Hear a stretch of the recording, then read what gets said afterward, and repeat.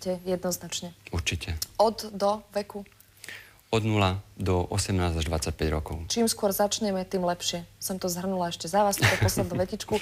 Ja vám veľmi pekne ďakujem, že vy ste dnes prišli medzi nás. Niekedy na budúce sa budeme rozprávať o podobne zaujímavej téme. Vám, milí televízni diváci, pochopiteľne ďakujem za pozornosť. Nezabudnite, že aj zajtra sme tu s reláciou Ľudia na jednotku opäť v rovnakom čase 12.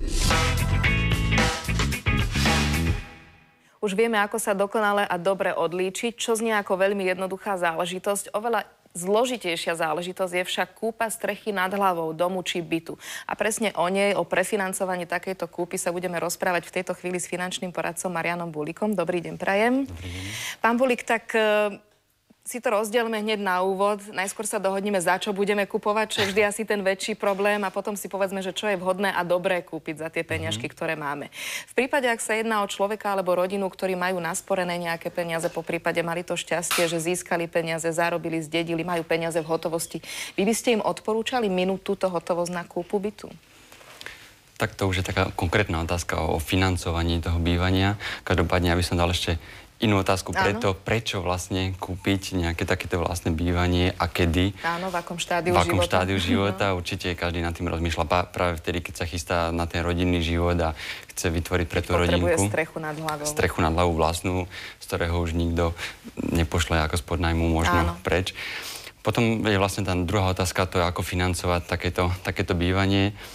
Tá záležitosť, či použiť vlastnú hotovosť na kúpu nehnuteľnosti, tak klasická finančná rada vraví nie. Hotovosť by nemala patriť do kúpy nehnuteľnosti, respektíve do tej ceny nehnuteľnosti. Skúsme aj vysvetliť, prečo nie. Je to veľmi jednoduché. V podstate na nehnuteľnosť ako takú môžete dostať dva najlacnejšie úvery, aké vôbec existujú. To znamená, ak si zaslúžite a sporíte si v stavebnom sporení, môžete dostať stavebný úver. Všetci poznajú ten úrok od 2,9% ročne, čo znamená, že to je veľmi lacné. Áno. Alebo potom druhý najlacnejší úver, a to je hypotekárny úver. Tie súčasné úroky sú okolo tých 5, 5,5 až 6%, čo je stále celkom sympatické a priateľné. Čiže tá rada znie použiť radšej, ak viem si získať tieto dva úvery, buď hypotekárny, alebo aj stavebný úver v kombinácii. A tú hotovosť si naozaj ponechať, aby som možno mal istú rezervu, aby ma nemohli postihnúť nejakým spôsobom možno vyššie splátky v budúcnosti, alebo aby som aj mohol s touto likviditou operovať. To znamená, ak potrebujem... A ešte na nej nejakým spôsobom zarobiť však. Tak, čiže možno investovať, možno len uložiť a naozaj to mať ako rezervu pre rodinu. Ja som sa naschvál spýtala hneď v úvode takto, pretože tých šťastlivcov, ktorí majú toľko navyše, tak veľa nie je, povedzme si to otvorene. Viac je tých, ktorí potrebujú strechu nad hlavou, svoju vlastnú, ale tie peniažky nemajú, musia si niekde požičať. Čo by ste odporúčali týmto ľuďom? Aké typy prefinancovania kúpy nehnuteľností? Tak ideálny model zase vraví použiť čo najviac lacného úveru. To znamená, ak má človek rozbehnuté stavebné sporenie a vie, že už má nárok na dobrý stavebný úver, ten lacný, tak vieme ho, alebo chceme ho využiť čo najviac, na maximum. Zvyšok doplňame, povedzme, tou hypotékou. Ostatné typy úverov v podstate sa až tak moc nevyužívajú. Sú možné rôzne spotrebné úvery, možno na dozariadenie kúpeného bytu, ale tie sú už o mnoho drahšie, takže ich sú až vyššie tak... úročené. Vyššie úročené, presne tak. Takže ak sa dá, cenu bytu vždy skombinujem z týchto dvoch lacných úverov a zvyšok doplním buď hotovosťou, alebo nejakým, ak je potrebné, ešte nejakou požičkou od rodiny, alebo malým spotrebným úverom na zariadenie toho bytu. Ľudia, ktorí si sadajú poprvýkrát nad rozpočty, sa veľakrát spýtajú, tak aký veľký byt by sme potrebovali? Tam sú nároky obrovské. A potom príde otázka číslo 2. Koľko si máme na ten byt požičať? Veľakrát pod atakom rôznych kampaní sa ľudia dozvedajú, že bez problémov im ktokoľvek požičia akúkoľvek sumu, dokonca prefinancujú až viac než 100% cenu toho bytu alebo nehnuteľnosti. Majú ľudia podľahnúť? Majú byť odvážni v požičiavaní si peňazí? Ja hovorím tak, požičiavať si mám vtedy, keď na to mám. To znamená, ak som schopný naozaj veľmi pohodlne, alebo aspoň tak v pohode splácať ten úver, že ma nemôže ohroziť. Skúsme to proporčne povedať. Poviem to proporčne. Z mesačného rozpočtu, koľko by tak mohla predstavovať splátka na úver alebo na hypotéku? Nemalo by to byť viac ako 50% z rodinných príjmov. To znamená, ak je to nad 50%, už to naozaj môže byť také trošku nebezpečné, lebo poviem príklad, napríklad ak sa pozrieme teraz do USA, kde je tá hypotekárna kríza, tam vstúpili úroky veľmi, veľmi razantne. To znamená, že sa môže stať, že ak si dnes niekto zoberie, povedzme ten úver za 5-6%, o rok, o 2, o 3, to môže byť 8,5%. A pri vysokých výškach tých úverov sa môže tá splátka navýšiť o 3 až 5 tisíc mesačne. Čo už znamená v menšom rozpočte veľmi veľa peňazí pre rodinu. Tak, čiže naozaj treba brať do úvahy, že to, čo je dnes, nemusí byť o rok ani o 2 z hľadiska príjmov a z hľadiska splátok.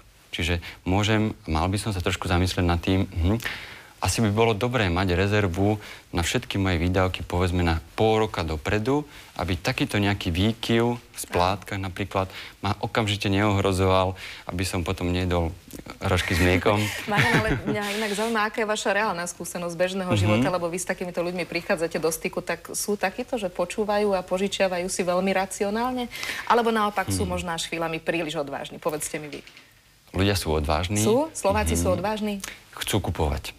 Dnes chce každý mladý človek, kohokoľvek stretnem, chce kupovať, pretože cíti tú príležitosť kúpiť ešte skôr, ako napríklad pôjdeme do eurozóny a príjmeme euro ako menu. Každý tuší a mám isté správy od zahraničných známych, ktorých som sa pýtal, ako ovplyvnilo euro ceny nehnuteľnosti. Každý vraví, okamžite kúpiť, ak sa dá, pretože euro zvýši ceny nehnuteľnosti.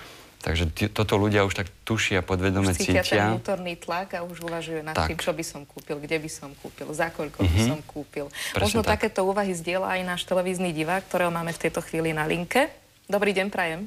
Dobrý deň, tu je vaša diváčka. Dobrý deň. Dobrý deň. Ja by som sa chcela opýtať takú otázočku. My sme zdedili taký starší domček a ten akože rekonštruujeme a potrebovali by sme ešte nejaké peniaze.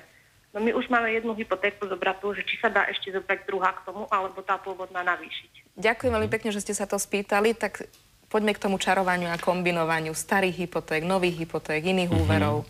V podstate hypotéka ako taká sa dá aj navýšiť, aj sa dá zobrať druhá k tej prvej, ale vždycky je dôležité povedať si, respektíve každá banka, ak vám chce požičať úver, potrebuje mať to záložné právo na tú vašu nehnuteľnosť. Ak už na tej nehnuteľnosti visí nejaké to záložné právo a ďalšie sa tam nezmestí z hľadiska hodnoty tej nehnuteľnosti, už tam o hypotéke nemôžeme uvažovať. Už potom je možné buď teda úver zo stavebného sporenia, ak ten človek má niečo nasporené, alebo potom sú aj účelové spotrebné úvery, napríklad na zariadenie bytu, respektíve neúčelové spotrebné úvery na čokoľvek, a tie sú naozaj najdrahšie. Čiže tam záleží naozaj na tom konkrétnom prípade. Treba veľmi dobre prerátať a zvážiť. Aj prerátať, aj sa nebáť opýtať do banky, takúto mám hypotéku, mám takúto nehnuteľnosť, povedzte mi, dáte mi ďalšiu, navýšite mi tú moju. A oni veľmi radi pomôžu, lebo každá banka chce požičiavať. Aby na nás aj zarobili mimo iného, ale to je predsa prirodzené. Máme ďalšieho televízneho diváka na linke. Dobrý deň. Dobrý deň, diváčka z Spišskej Novej Vsi. Nech sa páči. Ja by som sa chcela opýtať, syn má stavebné sporenie a pracuje v zahraničí. Potreboval by si kúpiť byt, lenže pritom vraj potrebuje 2 ručiteľov, len kvôli tomu, že je v zahraničí, a to ešte aj manželské páry. Nemôže ich zohnať. Je to pravda ako? Žiadal si úver z banky, lebo to nám uniklo? Stavebné sporenie, myslím. Stavebné sporenie? Áno, stavebné sporenie. Ďakujeme za otázku. Toto je veľmi špecifický prípad. Každopádne to, keď niekto pracuje v zahraničí, ak som dobre pochopil, ten človek si chce kúpiť tu na Slovensku nehnuteľnosť, potom býva dosť často problém o dokladovaní príjmu. Ak ten človek pracuje v zahraničí v zamestnaní a má príjem do zahraničnej banky, vie to zdokladovať slovenskej banke, ako keby normálne zarábal tu na Slovensku, a tá banka mu to vie akceptovať, a v tom prípade by tí ručitelia nemuseli byť z môjho pohľadu nevyhnutne potrební. Ak však tam pracuje brigádne, možno neviem čo, že nemá stály pracovný pomer ani príjem, tak naozaj tá banka na Slovensku potrebuje ďalších ľudí, ktorí budú ručiť, že ten úver naozaj bude splácaný. A v tom prípade môže byť aj to, že tí ručitelia musia byť až 2. Či manželia, to som si nie celkom istý, ale určite musia byť obidva s príjmom. Treba sa informovať, treba sa dožadovať, treba sa pýtať, potom sa človek dočká aj odpovede, ktorá mu možno pomôže. Keď sme už v spletitosti tých vnútrobankových rôznych poplatkov, ja si myslím, že aj to je moment, pri ktorom by sme sa mali zastaviť. Veľa ľudí prekvapí, že okrem toho, že dostanú úver, ich ešte čakajú ďalšie poplatky a ďalšie veci, ktoré musia zaplatiť. Aj s týmto treba rátať však. Určite áno. Stretávam práve tých odvážnych ľudí, ktorí majú na účte 10 000 korún a chcú si zobrať 2 milióny na dom. S takýmito ľuďmi vravím, je možné, že vám tá banka tú hypotéku dá, pretože ide naozaj o to, aby zarábala pomocou požičiavania. Ale mojou úlohou je zabezpečiť, aby vám tie peniaze nikdy nechýbali. A to sa môže stať práve pri tých poplatkoch. Vybavenie úveru 10-15 tisíc, kataster, teda vklad do katastra, znalecký posudok, poplatok za vedenie úverového účtu v banke. A to všetko je kvázi potrebné mať pripravené hotovosti na začiatku. Čiže moja rada znie, ak chcem kupovať nehnuteľnosť, mať pripravených aspoň 5% z ceny nehnuteľnosti v hotovosti. Pri 2 miliónovom byte aspoň tých 100 000 hotovosti na poplatky, zálohu realitnej kancelárii napríklad. A to všetko sa čo som spomínal. To sú tie malé strašiaky, ktoré nám povyliezajú na ceste za kúpou bytu alebo inej nehnuteľnosti. Máme ďalšieho telefonujúceho diváka na linke. Dobrý deň, prajem. Nech sa páči, už ste v televízii, vo vysielaní. Dobrý deň. Dobrý deň. Prosím vás, ja by som sa chcela spýtať. Som vlastničkou bytu a chcela by som si cez stavebné sporenie zobrať úver na jeho rekonštrukciu, ale nemám tam trvalý pobyt. Bude to problém, alebo nie? Ak tam nemáte trvalý pobyt, môže to byť otázkou. Každopádne záleží na tom, na aký úver budete mať nárok, lebo zo stavebného sporenia sa dá zobrať viacero úverov, viacero druhov. K niektorému potrebujete založiť nehnuteľnosť, niektorému nie. A je dosť možné, že pri niektorých nebude záležať na tom trvalom bydlisku a pri niektorých áno. Čiže opäť je to veľmi, veľmi špecifická otázka. Záleží na tom, čo máte nasporené, kto je majiteľom stavebného sporenia, či tam sú ďalšie osoby, či ten úver budete vy, alebo budete mať aj spoluručiteľa. Čiže komplikovaná otázka, ku ktorej bolo ideálne spraviť úvodnú analýzu a na základe nej navrhnúť riešenie.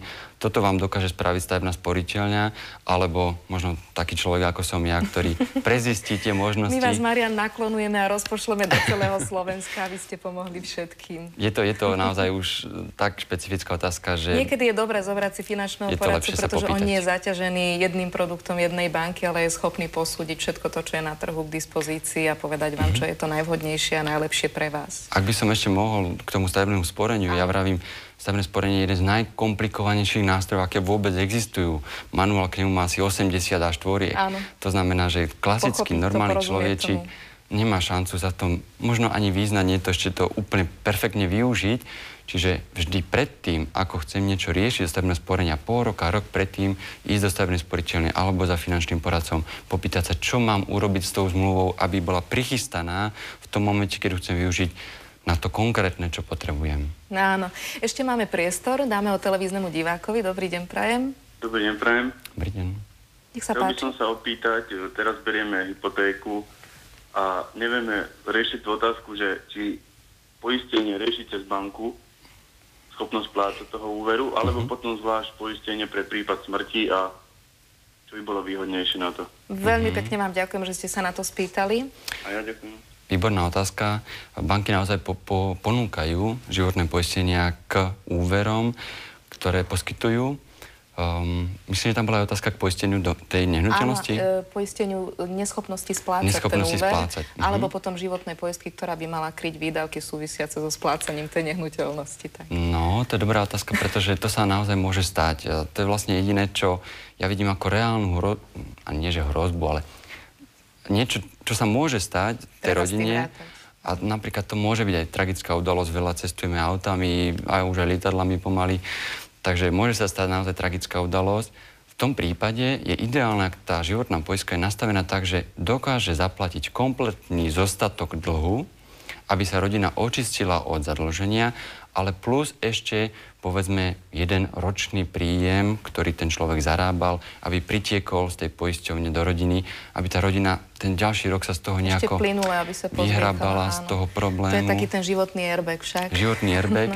Každopádne poistenie neschopnosti splácať úver, ak je to čomu rozumiem ja, napríklad pri prepustení z práce, toto poistenie veľmi má presne definované mantinely, kedy je aplikovateľné. To znamená, ak odídete z práce, lebo ste nespokojní, poistenie za vás nebude platiť. Rozumiem. Iba vás vyhodili z organizačných dôvodov. Ani nie z nespokojnosti s vami, len z organizačných dôvodov.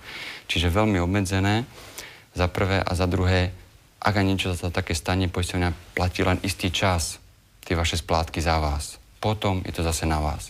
Čiže finančná rezerva a zabezpečenie života a úrazu mi vytvára ten airbag, ten vankúšik, na ktorom keď sedím, ak sa niečo veľmi ťažké stane, mal by som schopný to nejakým spôsobom zvládnuť. Alebo tá rodina. Ako celok by to mala z finančného hľadiska zvládnuť pomocou rezervy a životného poistenia. Marian, veľmi pekne vám ďakujem za to, že sme to takto dopodrobna rozobrali, aspoň tú časť prefinancovania tej samotnej kúpy nehnuteľnosti. Poprosila by som vás úplne na záver takú univerzálnu dobrú radu ohľadne hľadania správnej cesty, ako si prefinancovať. Čo je teda potrebné? Skúsme si to takto stručne zhrnúť na záver. Určite dobré si naozaj sadnúť a zadefinovať si, čo chcem, kedy chcem, za koľko to chcem a akým spôsobom by sa to dalo urobiť. Na tú poslednú otázku zasi lepšie odpovie možno finančný plánovač ako ten človek sám.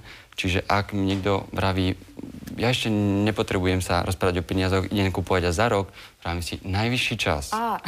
Ideálne plánovanie nehnuteľnosti je 3 až 5 rokov dopredu.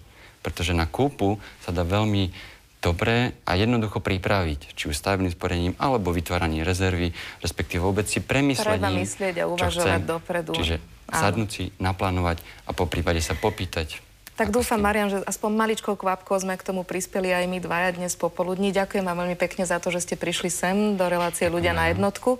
S vami sa, milí televízni diváci, ešte nelúčim, pretože prichádza ďalšia krátka dokrutka, ktorá nám povie čosi viac o tom, ako si zabezpečiť štíhly. Už v tejto chvíli sedí a opätovne rovnako ako pred chvíľou sa usmieva finančný poradca Marian Búlik. Marian, my sme sedeli už na tomto mieste a rozoberali sme financovanie a kúpu nehnuteľností. Tá téma oslovila obrovské množstvo televíznych divákov, aj preto sa opätovne k nej vraciame. Dnes sa však porozprávame o tom, či je prezieravejšie a múdrejšie investovať do novostavby, do novej nehnuteľnosti, alebo naopak, či niekedy nie je výhodnejšie si kúpiť staršiu zrekonštruovanú. Tak si poďme povedať plusy a mínusy. Začneme u tých nových? Môžeme začať u tých nových. Prečo je múdre a prezieravé investovať do novostavby? Múdre a prezieravé je to pre tých ľudí, ktorí chcú istým spôsobom zhodnotiť svoje peňažky lepšie. To znamená, že majú väčšiu istotu, že tá investícia do nehnuteľnosti sa im bude zhodnocovať naozaj výraznejšie a možno aj rýchlejšie ako u tých starších bytov.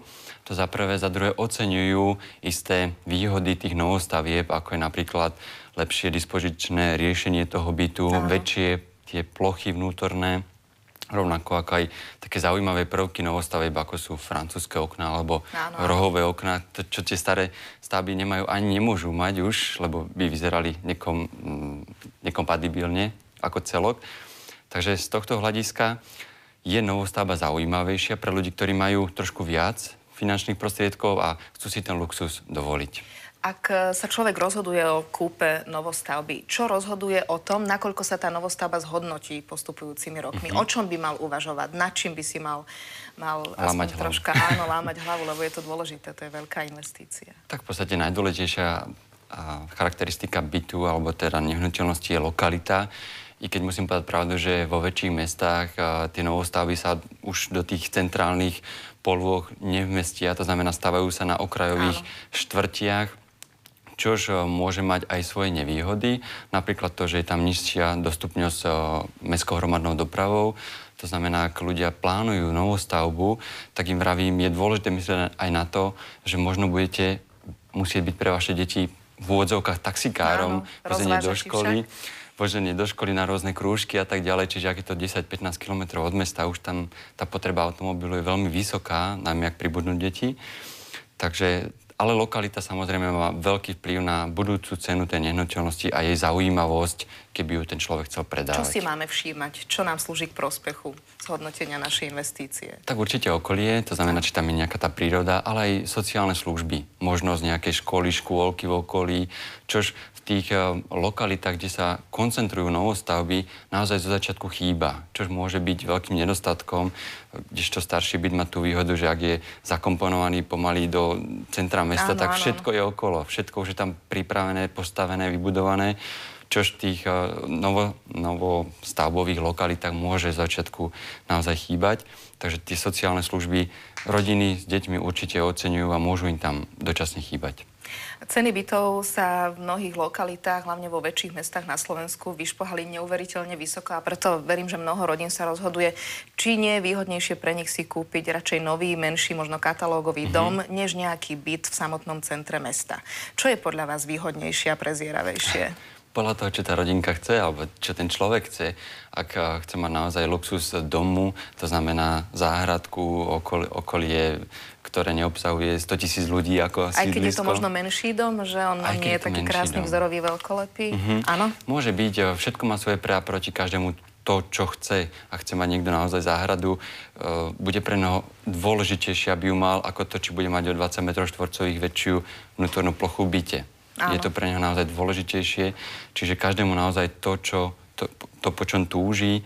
Každopádne vravím, dom býva z hľadiska nákladov drahší, to znamená, dokáže tam viacej spotrebovať energii, zateplenie toho domu, respektíve treba s tým rázať. Ja to poznám na vlastnej koži. Na dome práce nikdy nekončia však. Veľa oprav. V prípade, ak sa o novostavbe rozhoduje mladá rodina, ktorá možno poprvýkrát uvažuje nad prvou vlastnou strechou nad hlavou. Veľakrát vidím tú dilemu, ktorá sa rozoberá. Kúpime si radšej dnes menšie a potom možno neskôr, keď sa nám bude dariť viac, tak si to vymeníme, kúpime si niečo novšie. Alebo naopak majú byť odvážni a hneď na začiatku, keď si veľakrát požičiavajú peniaze na takúto novostavbu, si majú kúpiť už väčší byt ako prvý. Dobrá otázka. Každopádne upozorňujem na to, že tie nové stavby, tie nové byty sú dosť iné, ako na ktoré sme zvyknutí pri tých starších. To znamená, že ak nejaká rodinka uvažuje, že by asi bol dobrý trojizbový byt, lebo už majú 1-2 deti, tak a uvažujú o tom, že ten byt v novostavbe bude mať okolo tých 70 m2, čo je štandard pri starších bytoch, tak to tak nebýva, pretože tie trojizbové byty v novostavbách majú pohode až dvojnásobnú metráž, ako starší byt trojizbový. A tam tá cena sa potom nepohybuje okolo 3 miliónov, ale 5-6 miliónov. Čo je obrovský peniaz. Obrovský peniaz. Čiže rodiny s deťmi, malými ešte, sa väčšinou do novostavieb nehrnú, pretože ak chcú naozaj 3 izby, nebudú mať na to peniaze. Zvolia starší byt, čož nie je žiadny problém dnes po 5-10 rokoch ten byt predať a nasťahovať sa do väčšieho, ak mám lepšiu finančnú situáciu. Ďalšou takou zvláštnou otázkou pri kúpe novostavby je to, že kedy vstúpiť vlastne do toho procesu hľadania, výberu, prefinancovania, vyjednávania so spoločnosťou, ktorá nám to predáva. Niekedy je to priamo staviteľ, inokedy developer. Kedy je to rozumné obdobie? Ešte predtým, ako sa to skolauduje, alebo až potom, keď sú byty skolaudované? Aj tu sú dva možné pohľady. Jeden je ten, že väčšina novostavieb je pred dokončením už vypredaná. To znamená, že nájsť skolaudovaný nový byt, polročný, ktorý je na predaj, takmer nemožné.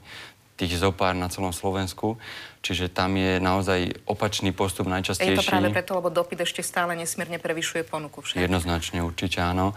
Novostavby sa vypredajú kompletne všetko, čo sa postaví, sa predá. Takže naozaj zostáva málo, aj to iba takých bytov, ktoré sa moc nepredávajú, a to sú veľké 3-4-izbové byty, 5-izbové, ktoré stoja 6-8 miliónov korún, ak teda vravíme o tých najnovších stavbách. Čiže tu ľudia väčšinou siahajú alebo hľadajú ešte len to, čo sa bude stavať. A tam je trošku nebezpečie toho financovania, pretože ak mladí ľudia bývajú v podnájmoch a platia isté peňažky tomu, u koho bývajú, a chcú si dožičiť novostavbu, ktorá bude stáť o rok a pol, ale dovtedy oni už budú splácať hypotéku, ktorú si na to zobrali, majú vlastne dva výdavky. Aj podnájom, aj splácanie hypotéky. Čiže niekedy si toto neuvedomia a ten rok a pol môže byť veľmi ťažký, až kritický by som to nazval. Čiže... Niekedy naopak z vlastnej skúsenosti to viem, pri možno atraktívnejších lokalitách sa oplatí čakať, lebo veľakrát aj tí stavitelia a developeri zistia, že značne premrštili tú cenu. Ako tomu my laici hovoríme, mali veľké oči. A tie atraktívnejšie, väčšie byty vôbec nejdú tak rýchlo na predaj, ako plánovali však. To sú tie veľké byty naozaj 170 m2, 115 m2. To sú obrovské plochy, ktoré naozaj možno kúpia nakoniec Angličania, ktorí tu chcú investovať do nehnuteľnosti. Že to berú ako čistú investíciu. Čistú investíciu. Posúňme sa teraz od novostavieb k tým starším, zrekonštruovaným bytom alebo domčekom. Komu by ste odporúčili takúto investíciu? Domček určite človeku, ktorý takéto niečo zdedí. To znamená, aby nemusel kupovať starý dom s tým, že ho rekonštruuje, po prípade zbúra a postaví nový. Už toto môže byť veľmi drahé. Tam sa cení ten pozemok však. Tam sa cení ten pozemok. Pozemok je dobrá investícia, zase v dobrej lokalite, pretože ak sa kúpi pozemok, na ktorom ešte len budú inžinierské siete, to je jednoznačné zhodnotenie v desiatkách percent za rok. Každopádne nie vždy sa to tak jednoducho dá. Väčšina dobrých pozemkov sa okamžite rozchytá, ani sa nedá do inzercie. Poradte našim televíznym divákom, kde by sa mali ľudia rozkúkať? Možno keď bývajú na dedinách alebo v menších mestách. Oplatí sa pýtať susedov, dedinčanov, áno? Oplatí sa pýtať. Kohokoľvek stretnem, oplatí sa pýtať. Poznáš niekoho, kto predáva, niekoho, kto pozná niekoho, kto predáva, alebo nejaké také domienky, kde sa z extravilánu stane intravilán. To znamená pozemok na stavbu. Určite áno, nie je na to že nejaký extra špeciálny návod, ako kúpiť dobrý pozemok. Vždy to je získať ponuku a potom sa o nej rozhodnúť. Aha, dobre, bude tam, aby nestalo okolo mňa za 5 rokov sídlisko s 50 000 ľuďmi a ja budem mať domček v strede. To by bolo samozrejme... Vy by ste odporúčali kúpu pozemku aj ako čistú investíciu? Zhodnocuje sa lepšie možno ako bežný vklad, dajme tomu v banke? Skúsme to porovnať v konkrétnych číslach. Je predpoklad, že sa môže zhodnotiť 10-15% ročne, rovnako ako možno tie novostavby alebo nehnuteľnosti. Čo už je celkom slušné však na slovenský trh? Slušné, každopádne treba povedať, že tie peniaze sú dosť nelikvidné, to znamená, nemajú tu byť peniaze moje posledné. Lebo ak by som ich chcel z toho pozemku opäť vyťahnuť von, predaj toho pozemku môže trvať mesiac, dva, čiže nie sú okamžite dostupné tie peniaze, ktoré som do toho pozemku vložil. Čiže ja poviem príklad, ak má rodina 800 000 a za 400 000 si kúpi pozemok, je to v poriadku. Ale nemal by ten pozemok stáť 800 000 s tým, že rodine ostane 5 000 na účte. Áno. To nie je rozumné. Takže sa zhodnocujú lepšie a atraktívnejšie ako, dajme tomu, bežné vklady. V podstate áno, je to konzervatívna investícia, to znamená, človek na tom brutálne nezbohatne, ale zarobí a je nelikvidná, to znamená, musím počítať s tým, že tie peňažky sú v tom pozemku uložené. Nemôžem ich len tak ľahko vyťahnuť. Máme počúvať našich starých otcov, ktorí vravievali, že pôdy nie je nikdy dosť však. Tak. No, ale posúňme sa opäť k tým starším nehnuteľnostiam. Prebrali sme pozemok, povedali sme, že v ideálnom stave je dobre, keď ho človek zdedí, ale nie každý má to šťastie. Ano. Ak teda kupujeme staršiu nehnuteľnosť, dajme tomu starší dom, na čo musíme prihliadať? Starší byt alebo dom, tá nehnuteľnosť môže mať viacero plusov aj mínusov. Plus je napríklad to, že tá stavba už je naozaj usadená, ak má zo pár aj desiatok rokov, ešte stále môže byť veľmi kvalitná, je tehlová. Môže mať výborné tie sociálne služby, ako sme spomínali, dostupnosť mestskou dopravou. Môže mať už napríklad to, čo je nevýhodou pri novostavbách, že do novostavby sa všetci sťahujú povedzme naraz. A ten hluk v prvých mesiacoch až po rokoch z tých prerábok, dodávok, rôznych materiálov. Nekonečný sa zdá byť chvíľami, dosť ťažký aj pre rodiny s malými deťmi. Čiže to už je v starom byte, v starom dome vyriešené. Susedia ustabilizovaní, všetko poprerábané a už sa žije v kľude. Každopádne môže mať kopec nevýhod a to je to, že je potrebná napríklad rekonštrukcia, či už bytu, alebo celého bytového domu. Čož môže stať naozaj veľké peniaze aj toho samotného obyvateľa. Aká je vaša skúsenosť proporčne alebo percentuálne z investovaných peňazí? Vedia si ľudia vyrátať, koľko tak zhruba musia dať na takú celkom slušnú priemernú rekonštrukciu bytu alebo domu? Ono sa platí pravidlo, že starší byt býva o 25% lacnejší ako novostavba v konečnom dôsledku. Áno.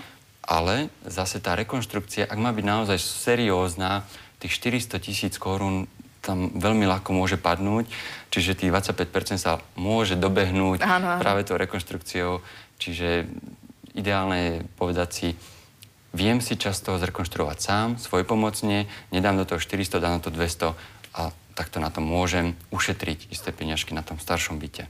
Ešte predtým, ako skočíme k bytom v panelákoch, starším bytom v panelákoch, tak mi prezraďte, je prezieravejšie nainvestovať naše peniaze, ak si kupujeme vlastnú strechu nad hlavou, možno prvú, nie už tretiu, piatu investíciu, radšej do domu, čo si tak človek predstaví, že to je asi hodnotnejšie, ale neviem, či je to pravda, než možno do trochu väčšieho, ale panelákového staršieho bytu? To je dobrá otázka, dostávam mu často, či kúpiť 3-miliónový byt alebo